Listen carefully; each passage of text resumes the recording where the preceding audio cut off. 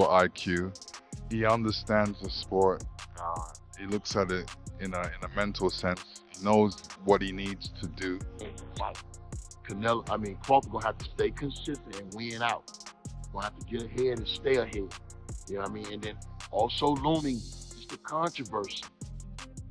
Can Crawford win a close decision? I could never win a close decision. Crawford has same, but I just feel like Crawford's ring-eye coordination is better and he has more fire in the body left. He wants it more, in my opinion. Lennox Lewis broke down why he believes Terence Crawford has what it takes to beat Canelo Alvarez, insisting that the fight will be decided more in the mind than by physical attributes.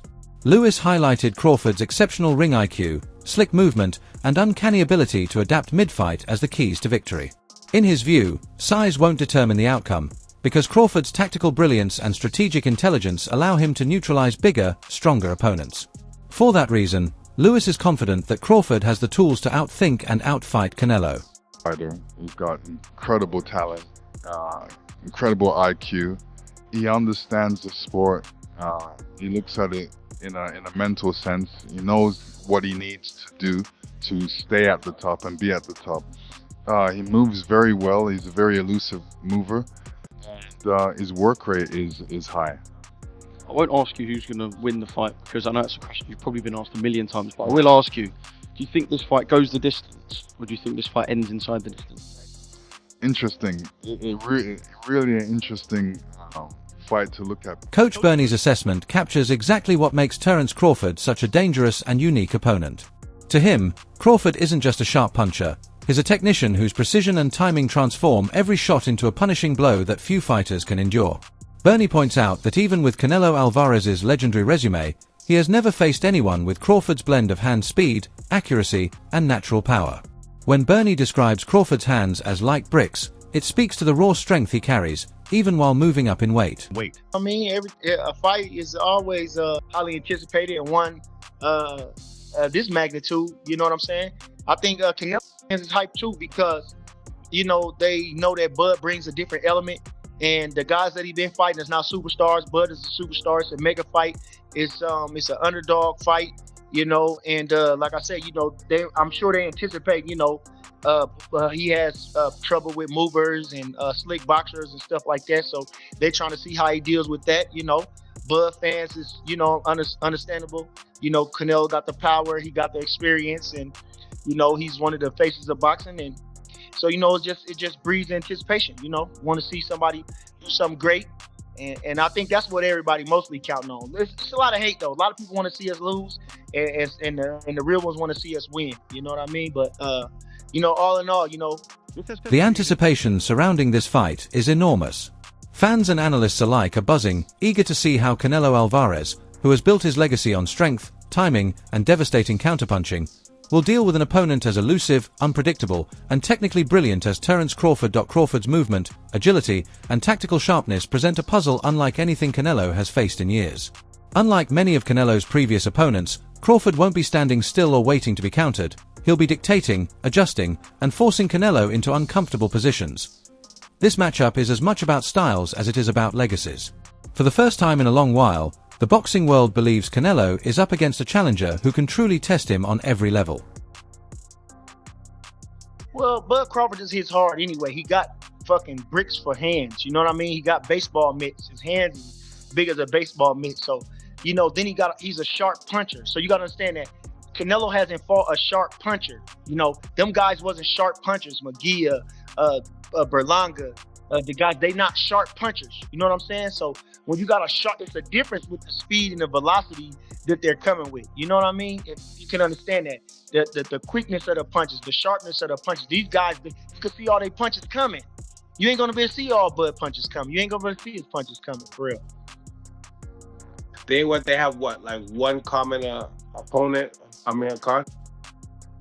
Yeah.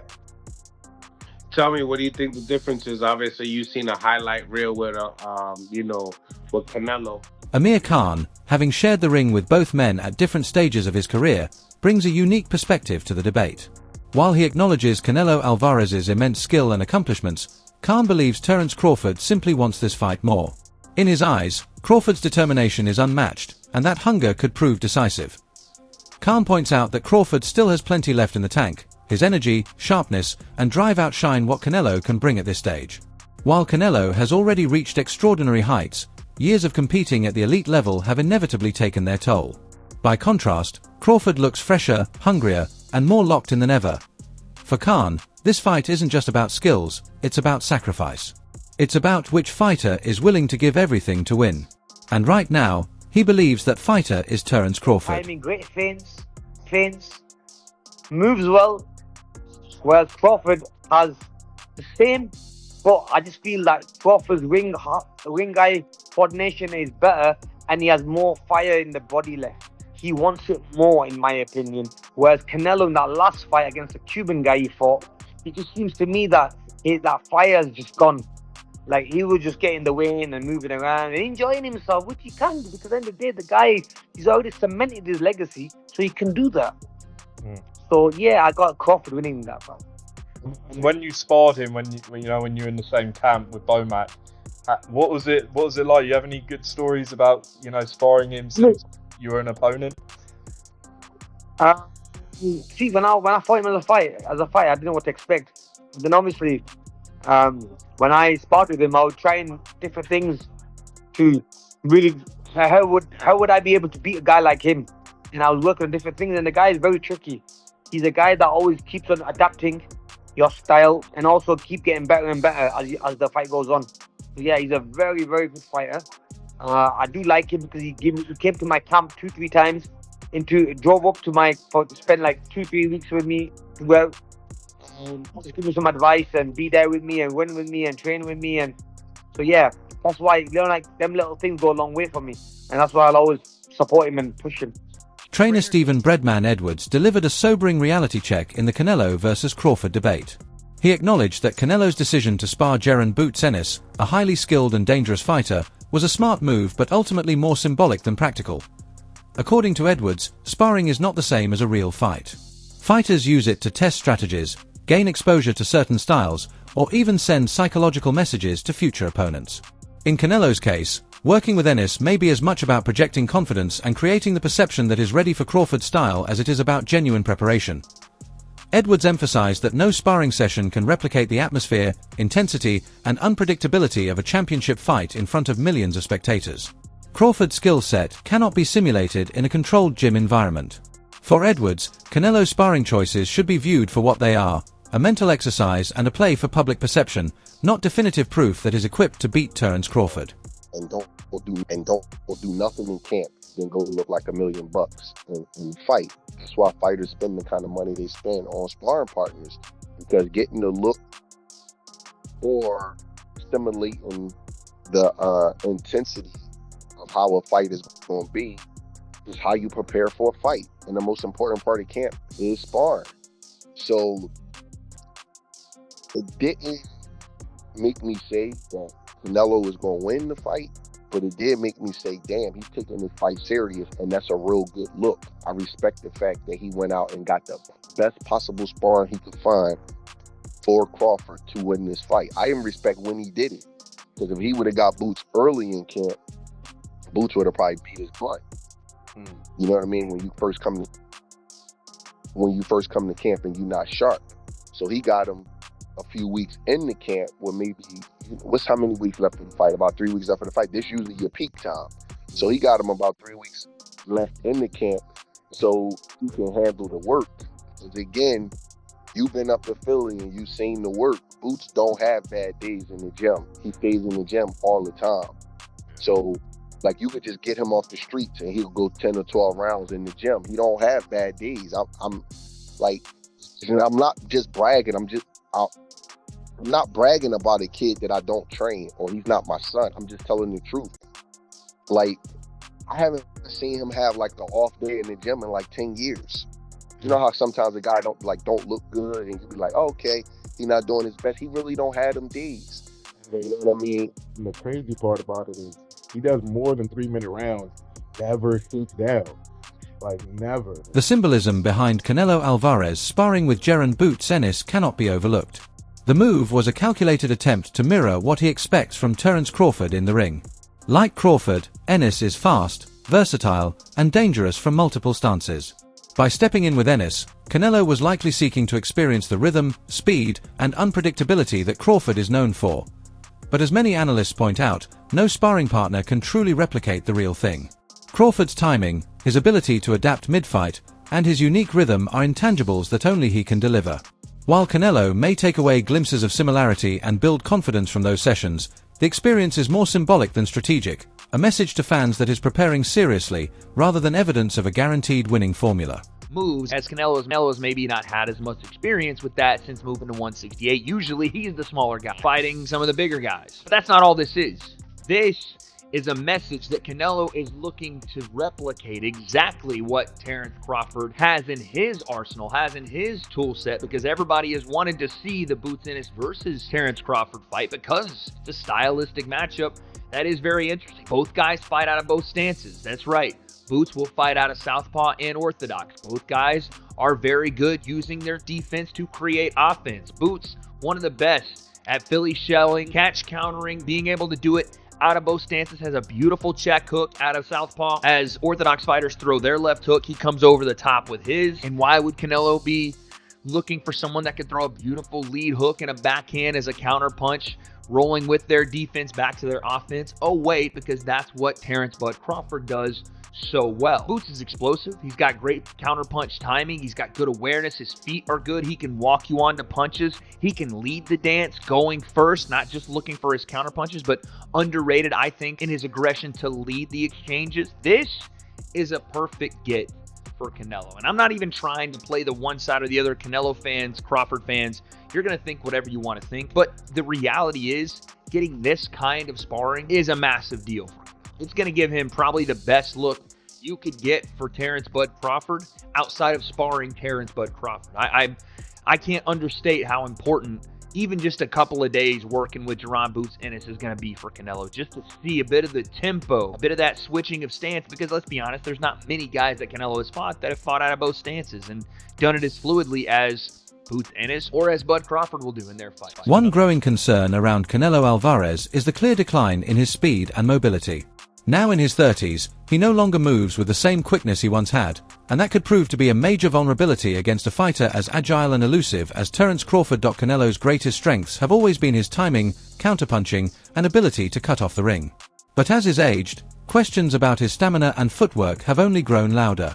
If his legs can't keep pace with Crawford's constant movement and shifting angles, he could end up chasing a target he simply cannot catch. That creates a dangerous tactical dilemma. Power means little if you can't put yourself in a position to use it. And that's why many fans and analysts are watching closely, wondering if Crawford's sharpness, youthfulness, and mobility will expose a widening gap in Canelo's game. Although he's holding back, you can tell. Sometimes in his legs, they look slower than usual, and Canelo has always been someone who's always had very slow, even when he was down at 154 pounds. Something that plagued him throughout the course of his career is he's just had very slow feet, you know, like cement sometimes on. That's one of the weaknesses of Canelo, and obviously now he's 35 years old, 34, 35. They were slow in your mid-20s. Definitely going to be slow now in your mid-30s. Before we follow up on that, just have a look there really quickly on screen. Please, if y'all could, hit the like, hit subscribe, hit the notification bell. It takes like 2 seconds. We're only a couple of subs off 26,300. Want to get 30k? Please help me out.